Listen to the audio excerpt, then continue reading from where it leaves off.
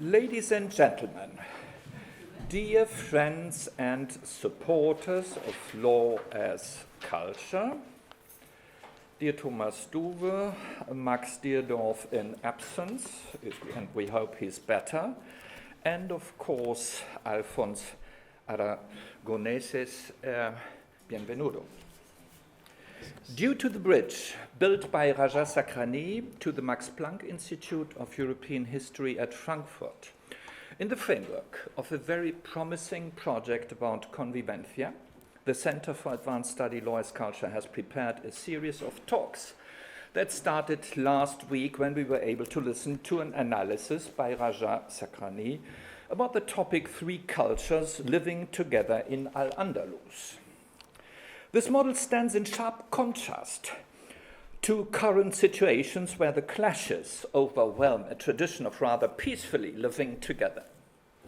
Her fascinating presentation was focused on the Arabo-Islamic side of the medal, leaving the sociologist with the open question what made for this power of mutual respect and recognition of otherness.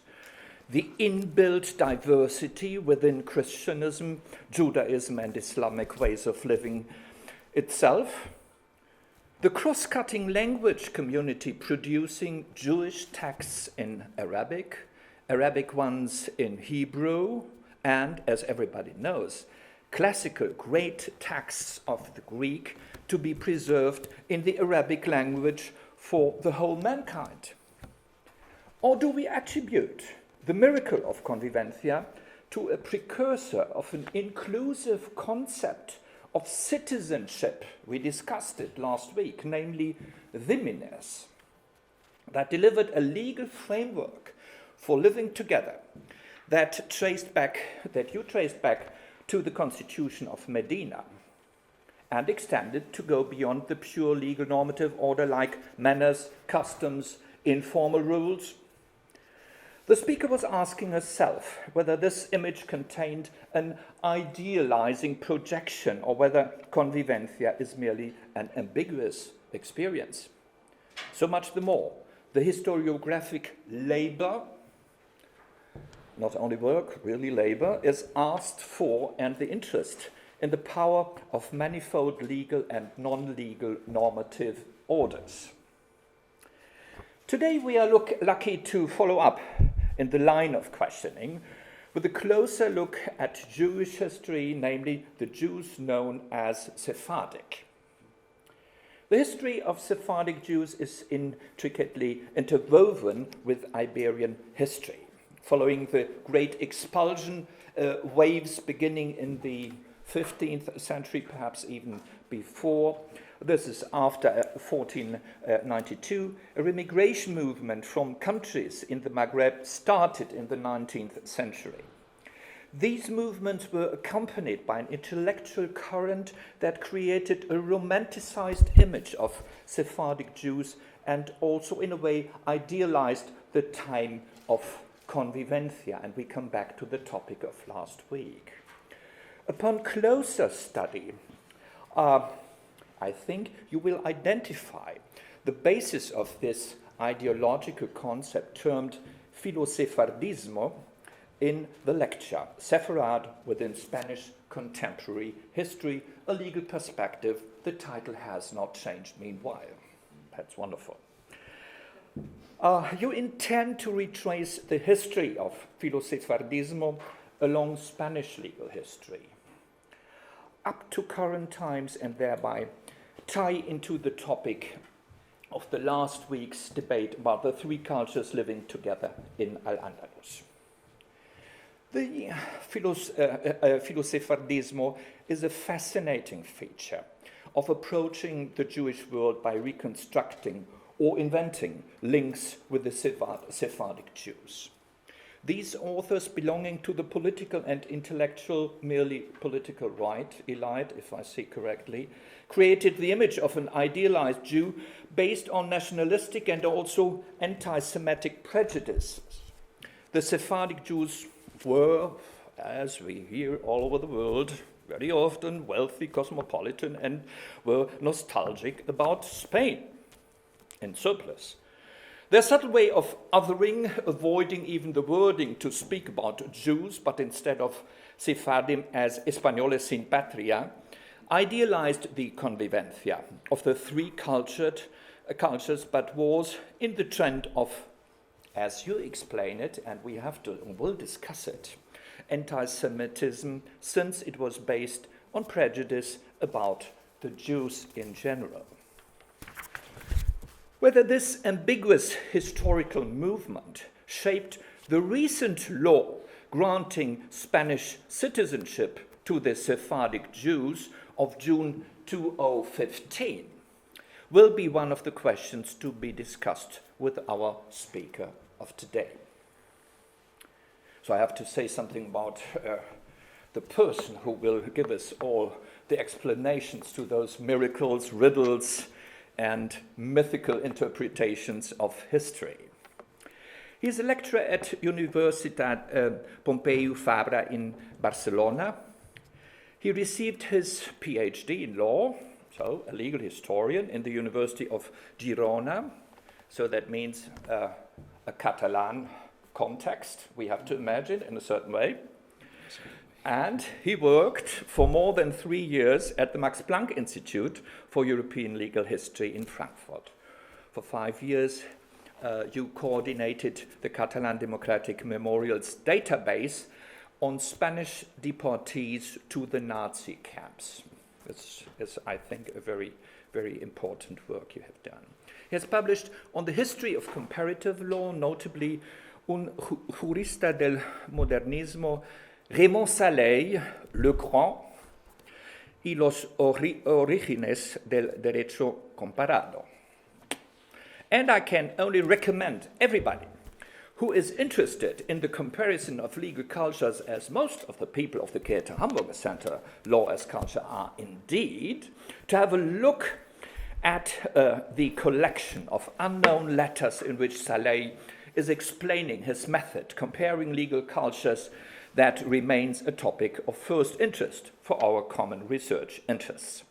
Perhaps I might add also something else, that he is not only a theoretical observer of conflicts in the social world that is linked to the status of being more or less on the track of universal citizenship, as Marshall and Parsons, for example, taught us, but that you made experiences in international electoral observation, especially in countries in sub-Saharan Africa. Since 2005, 10 international election observation missions conducted you to the West Bank, Belarus, Nigeria, Kenya, Bangladesh, Guinea, Sierra Leone, Guinea, and so forth. Interesting, important task. Among the numerous articles, and this will take more than half an hour, I think, and book chapters, I will quote only some of them. And they are not only written in Spanish or French, but some in the good old Wissenschaftssprache Deutsch. Strafrecht im fin de siècle, Raymond Saley und die Strafrechtswissenschaft in Frankreich Ende des 19. Jahrhunderts zum Beispiel. Oder atomisierte Geschichte, der Frankismusboom in Spanien, noch immer sehr lesenswert, wie ich finde, in Rechtsgeschichte im 5. Band 2004. Oral Sources and the Reconstruction of Frankism in einem von Dieter Simon herausgegebenen Band. Und es geht so weiter mit einem Beitrag, und das ist jetzt ein Kommentar für Marta, über Legal Transplants, Modernización del Derecho, aus dem Jahre 2013, erschienen bei jemandem, der eine weitere Verbindung zwischen Frankfurt und Bonn herstellt, nämlich dem Klostermann Verlag, dem ich an dieser Stelle noch einmal in besonderer Weise auch in Absentia danken möchte. Nein, wir danken Ihnen. We're very happy and thank you very much for having come over from Frankfurt to Bonn, and we are very eager to know what is the main topic and the main themes and the main outcome of your research that seems to be a very fascinating one. Thank you very much for being with us this evening. and very welcome at the center, also in the name of Nina Detloff, the co-director of the center. Thank you very much. That's yours. Vielen Dank, Herr Gebhardt. Vielen Dank, Raja, für die Einladung. Ich bin wirklich froh, hier in Bonn zu sein und über Philosephardismo in diesem Kolleg Recht als Kultur reden zu dürfen. Os hemos echado tanto de menos. We've missed you so much. These were the words used by the King of Spain, Philip VI, yesterday in the presentation of law, the Bill 15/2015, granting the Spanish citizenship to Sephardim with Spanish origins. There was a gathering, a great gathering in Madrid, just to present this law, which is not normal in Spain. This bill was published in June 2015, and it opened a gate to the right of return of Sephardic Jews. When the bill project was presented before the national and international public opinion, the Spanish government underlined the fact that this law ends a process of reunion, reencuentro, and ends the historical debt Spain had with this community, the community of Sephardic Jews. English translations of this bill can be found in the internet. The Ministry of Foreign Affairs and some law firms and Jewish associations published an English translation of this law, but they didn't translate something which for me is interesting: the preamble, the introduction of this law, the song of the law, as Marie-Thérèse Vögen called it in her book a few years ago. Of course, this preamble is not important for the lawyers or for the Sephardic Jews who want to get the Spanish citizenship, but as Marie-Thérèse Vögen taught us, these preambles with pathos present the laws and also transmits the symbolic and the political meaning of this law. So let's take a look at this preamble. The preamble explains different historical episodes, starting, of course, with the expulsion of the Jews in 1492, and then the reencuentro, the reunion, in 19th and 20th century. As stated in the text, in 1492, I quote, "Because of imperatives of history, the Jews took again the paths of diaspora." So, according to the preamble, the edictor didn't force the Jews to leave the country, but only some Jews took the drastic, the radical way to leave Spain because they didn't want to convert. So, in this preamble, there's shared responsibility in the expulsion of the Jews from Spain between the Catholic kings and the Jews who didn't accept to convert and who took this drastic way, the drastic way of leaving the country. The preamble refers also to the 19th and 20th centuries. According to the text of the preamble, the Spanish monarchy was always Jewish-friendly, and already at the end of 19th century, the kings of Spain facilitated the settling of Jews in Spain.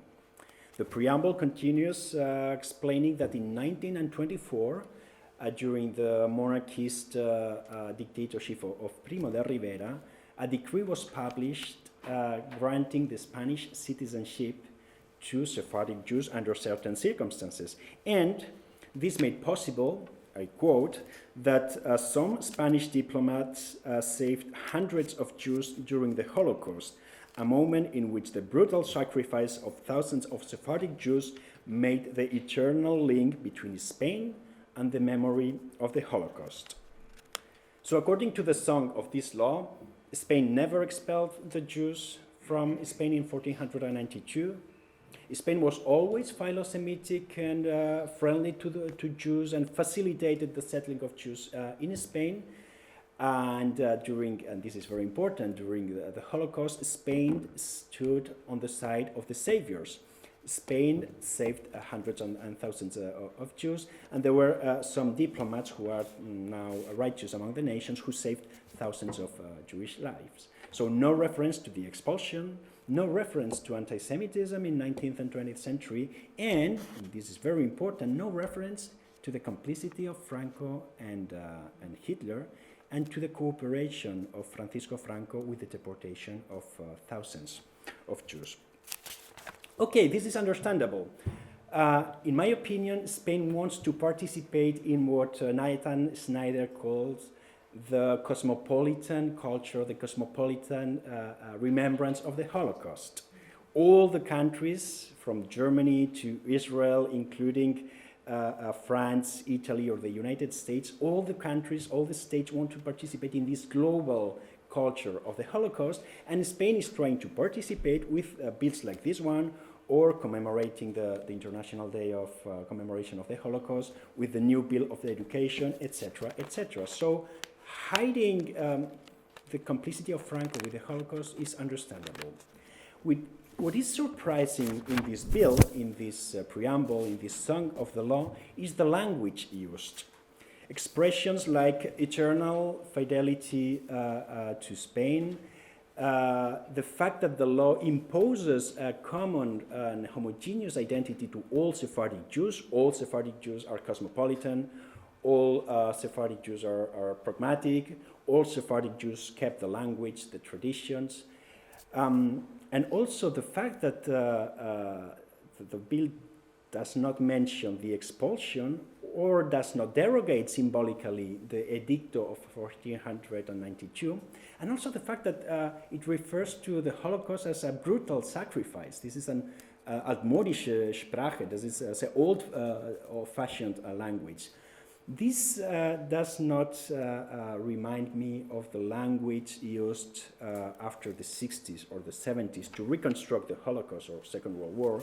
This reminds me of something else. This reminds me of the language used by the Spanish elites at the end of 19th century and beginning of the 20th century. This reminds me of Filosefardismo.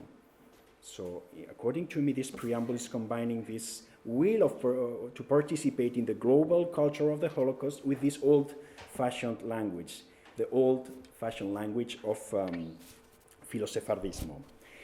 And now, in the following minutes, I'll try to explain what was this Filosefardismo, these intellectual constructions of the Spanish elites, and also I would like to explain that Filosefardismo was compatible with anti-Semitism in Spain in 19th and 20th century.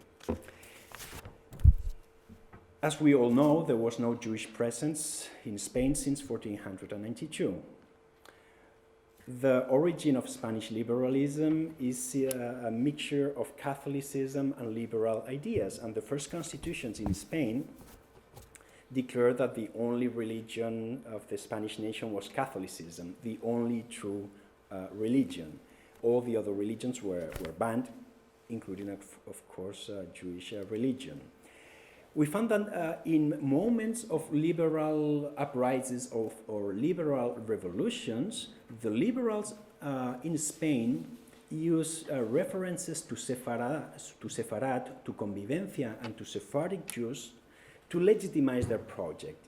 For instance, in 1869, during the discussion of the Spanish Constitution, and also in a way during the discussion of 1876, the liberals used this discourse about convivencia, about the Jews, to defend a liberal idea of Spain, a liberal vision of the Spanish nation, which was being built at that time. But there was no freedom of religion until 1869, and there was no Jewish presence in Spain. But at the end of 19th century, some circumstances made it change. First of all, the globalization and industrialization of Spanish economy made that some Jewish families coming from Central Europe and also the Balkans settled in Spain, and they were welcome. They had businesses, they were welcome. Also something very important, especially right before and after the loss of Cuba and Puerto Rico, Spain tries to reconstruct its empire in Africa. And Spain is interested in penetrating and colonizing the northern part of Morocco. You all know that Spanish protectorate was established in Morocco in 1912. And in the northern part of Morocco, there were hundreds of Jewish families still speaking Spanish.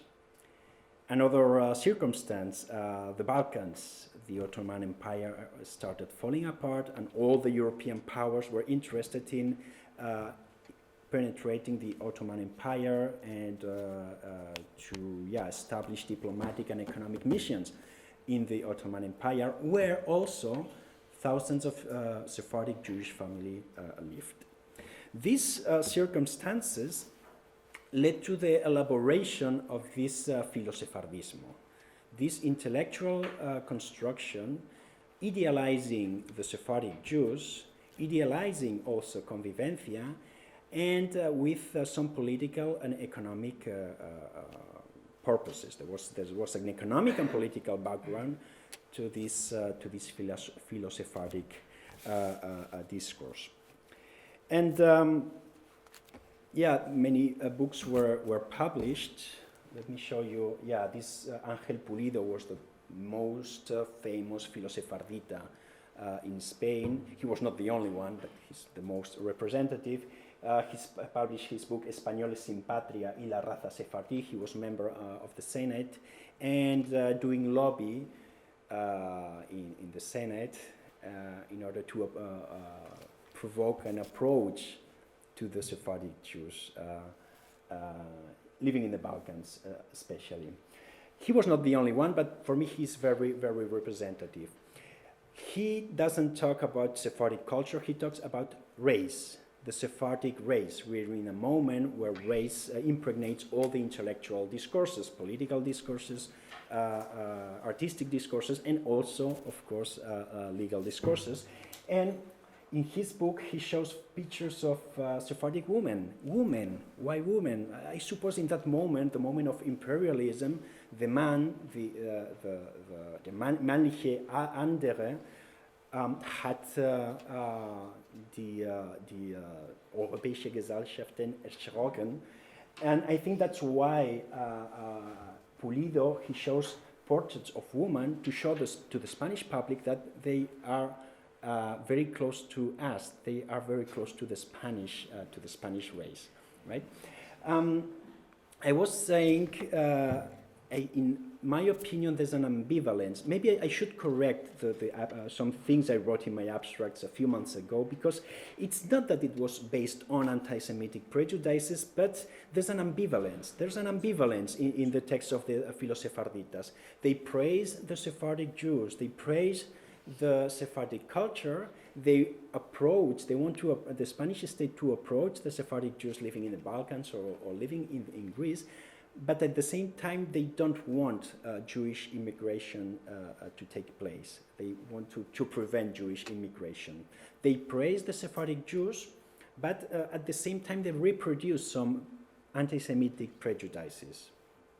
For instance, the Sephardic Jews, they are rich, they are cosmopolitan, they are pragmatic, and they can help our economy because they are rich.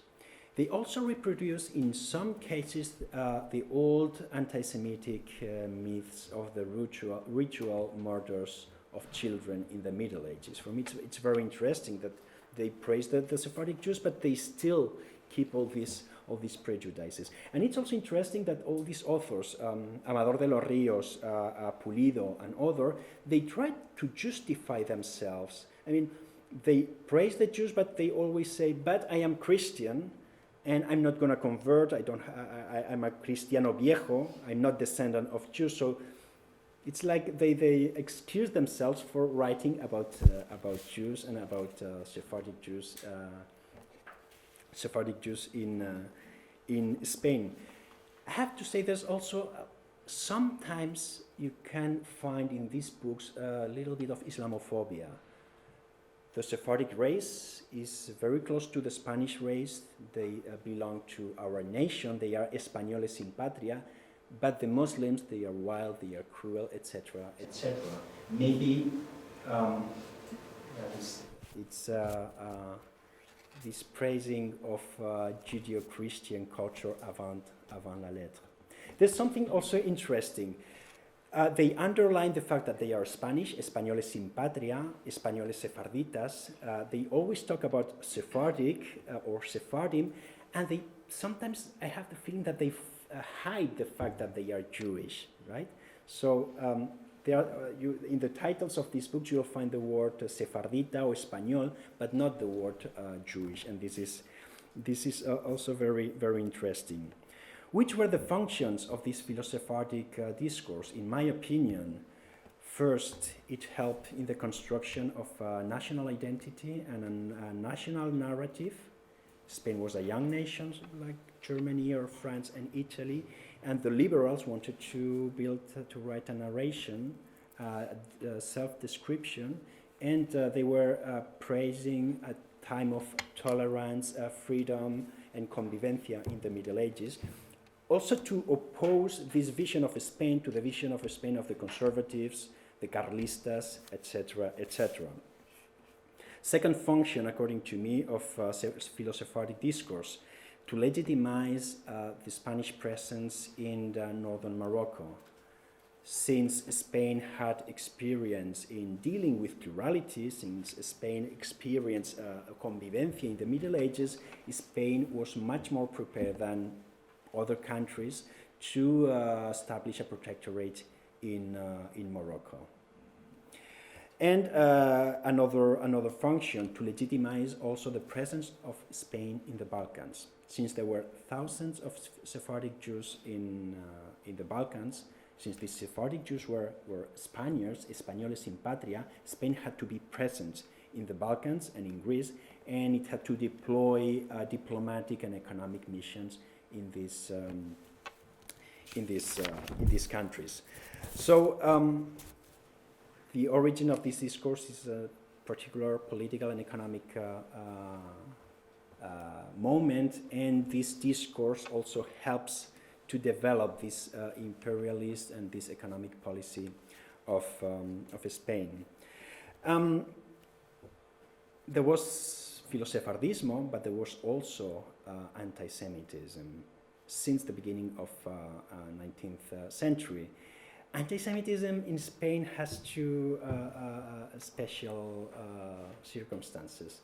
There was anti-Semitism without Jews, because there were no Jews or just tiny Jewish communities in Barcelona and Madrid. And there was an identification already since 1824 between Jewish and Freemasons. Freemasons were the origins of all the disgraces of Spain, loss of colonies, revolutions, attacks against the Catholic Church, and there was this identification always between anti-Semitism and anti-Freemasons. Los masones son los judíos enmascarados. The Freemasons are the masked Jews. This discourse had its origin in some texts of the beginning of 19th century, but it was developed during the 19th century and also in the 20th century. In Spain, all the anti-Semitic literature, all the French anti-Semitic literature was translated into Spanish, well received, and used to attack the liberals. For instance, the politician who decided the expropriation of the lands of the Catholic Church was accused of being a Jew.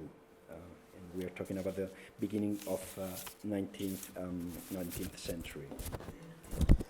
How was this philo-Sephardismo translated into law?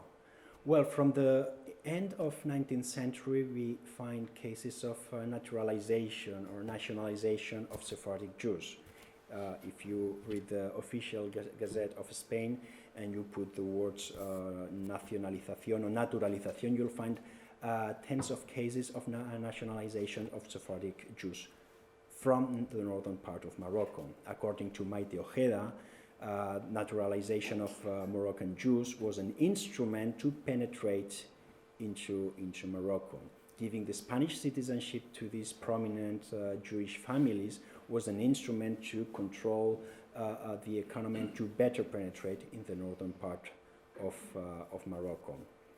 Other translations of this Filosefardismo into law were the recognitions of freedom of religion and the authorization of Jewish cult in Barcelona, Madrid, and Valencia.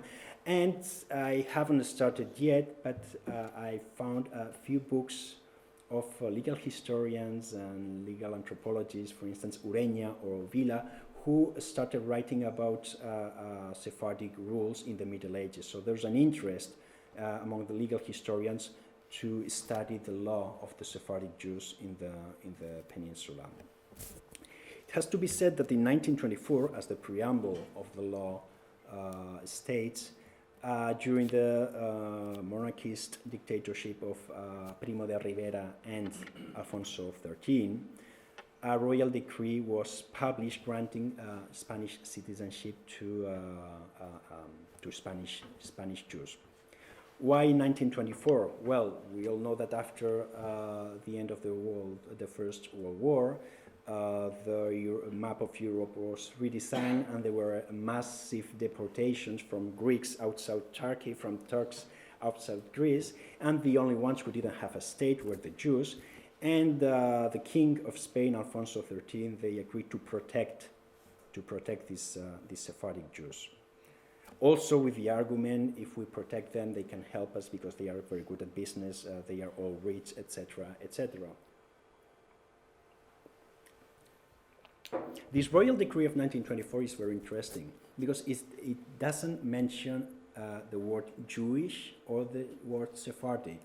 It only talks about old protegidos españoles or descendants of the protectees, families with a Spanish origin and having the will of being Spanish. The legislator is generous and considers these individuals to be originally Spanish for ethnic, I quote, or historical ground of long convivencia. I'm quoting the text of the decree. So the nationalization is not a concession, but the explicit recognition, reconocimiento, of an existing reality. This norm translates the main ideas of Filosefardismo without mentioning the Sephardic Jews, or better said, the Sephardic Spaniards. This legal rule was supposed to benefit. The regulation, this decree introduced an exception in the Spanish Civil Code. In order to get the Spanish citizenship or Carta de Naturaleza, one has to present himself in Madrid and sign a document and make a declaration. Well, these Sephardic Jews living in the Balkans were excluded of this rule, and they were allowed to sign this document before a diplomatic representative of Spain.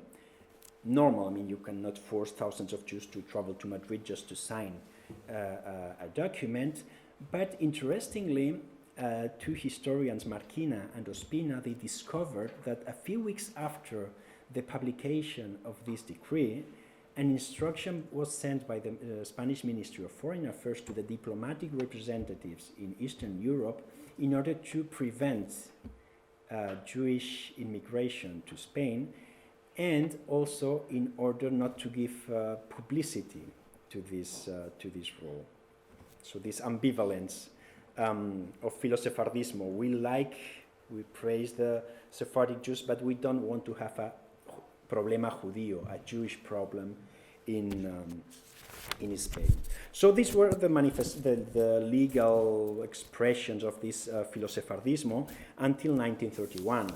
1931 is the year of the proclamation of the Second Republic, and it's the start of the divorce between the conservative, Catholic conservative thinking and Filosefardismo. 1931 recognized freedom of religion, separated the church from the state, and the Spanish right considered that this was the product of Jewish-Freemason or Jewish Bolshevik conspiracy. The Spanish Republic was philo-Semitic. It facilitated the Spanish citizenship to Jews. It received Jewish refugees coming from Germany after 1933, and there were hundreds of Jewish families in Barcelona. There was flourishing cultural, German-speaking cultural life in Barcelona during those years, and the Spanish Republic supported the Zionist project. The Republic was pro-Zionist, and this, of course, caused that the Spanish right started receiving and using anti-Semitic ideas coming from Italy and coming from Germany, especially after 1933. In 1933, the German embassy started producing propaganda, anti-Semitic propaganda, which was then published in the right-wing papers in Spain. It's also the moment when the confusion between Jews and Catalans started, and especially the pro-fascist party Falange developed this identification between Catalan and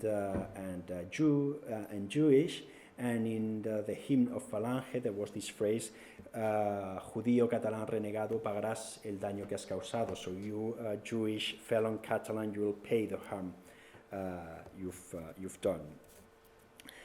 The coup d'état that started the Spanish Civil War was justified as a reaction against this Jewish-Freemason conspiracy. There were no systematic acts of violence against the Jews, but there were some attacks against the communities in the northern part of Morocco. Francisco Franco himself didn't use the anti-Semitic rhetoric, but anti-Semitism was present in the discourses of his followers and also in Francisco Franco's victory speech in 1939. "Don't be naive," said Franco. "The Jewish spirit which allowed the great alliance of capital and Marxism has to be extirpated from the Spanish consciences." But Jews were not specifically targeted, but in my opinion, the Civil War and Franquismo broke the consensus about Sephardic Jews and Philo-Sephardismo. Philo-Sephardismo was not functional any longer, and it was abandoned, and Francisco Franco started deconstructing all the Philo-Sephardic norms of the presidents of the Spanish Republic and also of the monarchy of Alfonso XIII. After the formal end of the war, the Ley para la Represión de la Masonería y el Comunismo, law to repress communism and Freemasons, was not used specifically against Jews, but Maite Ojeda from Barcelona has discovered a few cases where this law was used to repress Jews who were not communists or Freemasons. They were just Republicans. And Maite Ojeda discovered also a very interesting case in Barcelona. I don't know if you know the city, but it's this Mercat de Sant Antoni market, where between the 1918 and 1939 there were numerous Jewish shop owners coming from Turkey. After the war, there was a new regulation about the markets in Barcelona, and there was a specific regulation about the Mercat de Sant Antoni market, establishing that Spanish citizenship was a requisite to have a shop in the Mercat de Sant Antoni. Why only in the Mercat of Sant Antoni? Because the market of Sant Antoni was the only one in Barcelona with Jewish shop owners. The Second World War. A lot has been written about the role played by Francisco Franco during the Holocaust. Some historians say that he helped thousands of Jews to save their lives. Others say that he cooperated with the Holocaust.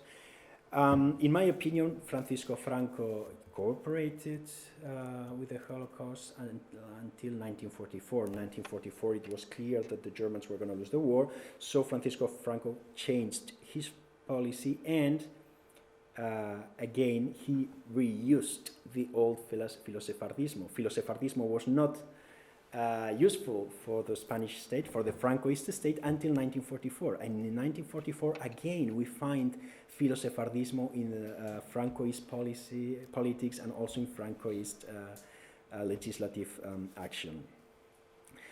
You remember that in 1924, a royal decree was published granting Spanish citizenship to Sephardic Jews. Between 3,000 and 4,000 Sephardic Jews got the Spanish citizenship, mostly in the Balkans, Greece, and also Central Europe. 1943, these Sephardic Jews started knocking at the Spanish diplomats' doors in Sofia, in Athens, and in Thessaloniki. Well, these Spanish diplomats, they asked Madrid what to do. They have Spanish passes, the Nazis want to deport them, and they are asking us for help, and they want to be repatriated because they claim they are Spanish.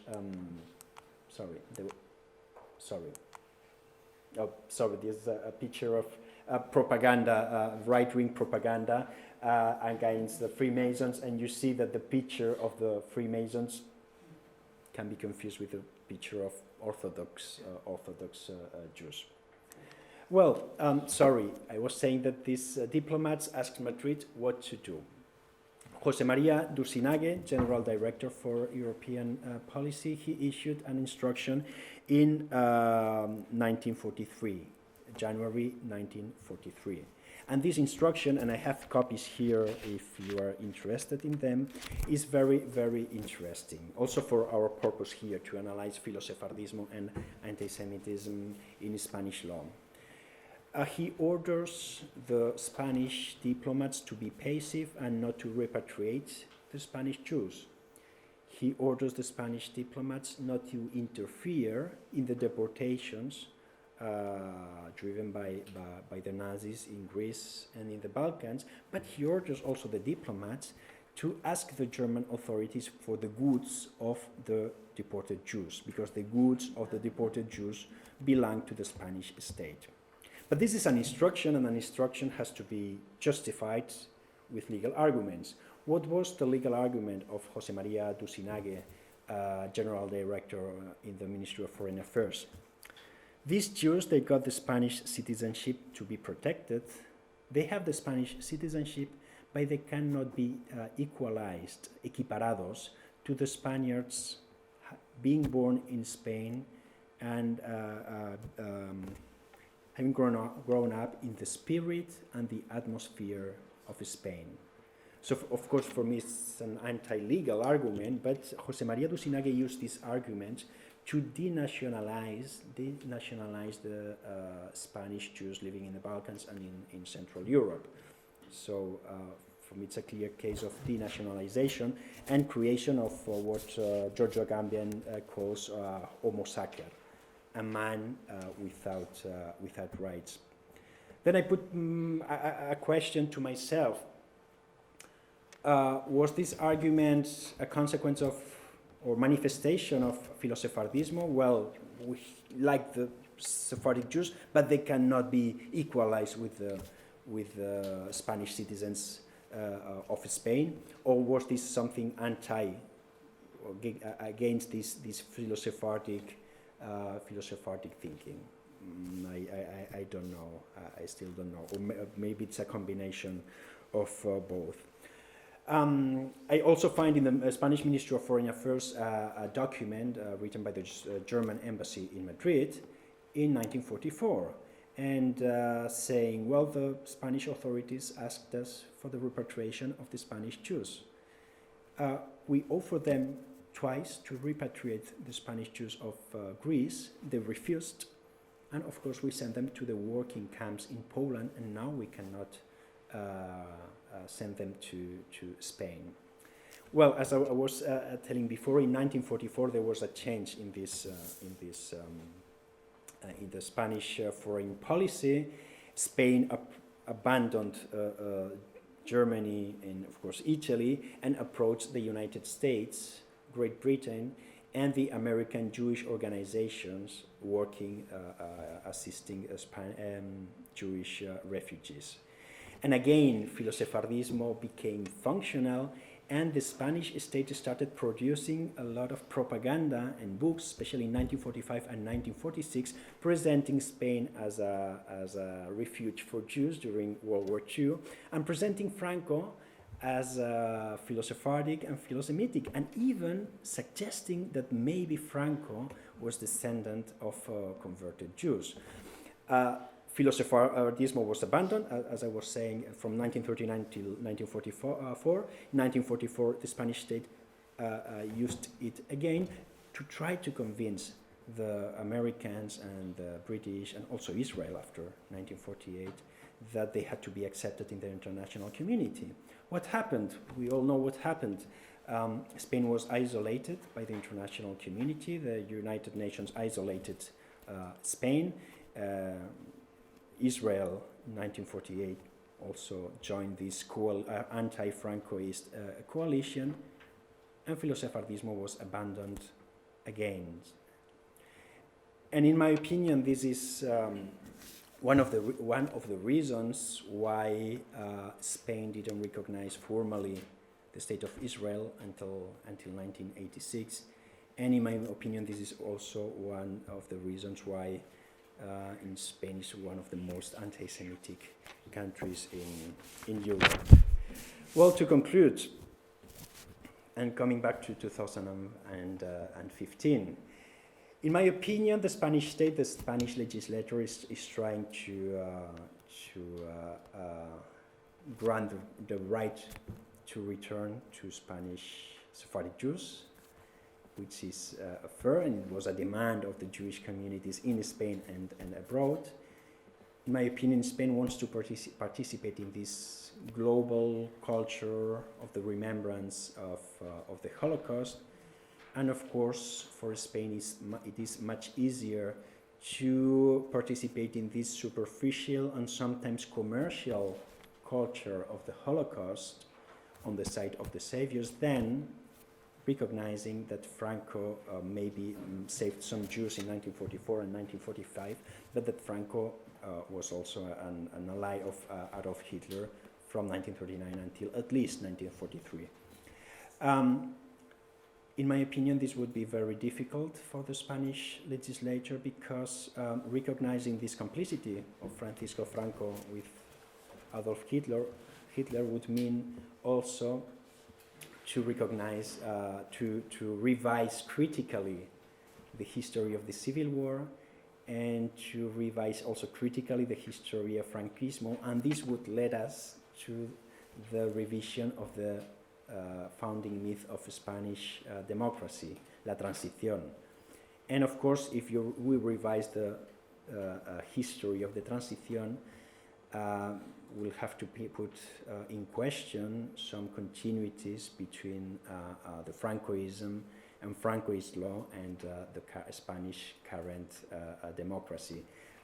We can discuss it later, but in my opinion, this is why Spain is trying to participate in this global culture of the Holocaust without facing its own past. Let me finish with a poem written by Salvador Espriu in 1960. Salvador Espriu, Catalan poet, wrote in 1960 his famous book La Pell de Brau, and he makes reference to Sefarad. Sometimes it's necessary and right for a man to die for a people, but a whole people must never die for a single man. Remember this, Sefarad. Keep the bridge of dialogue secured and try to understand and love the different minds and tongues of all your children.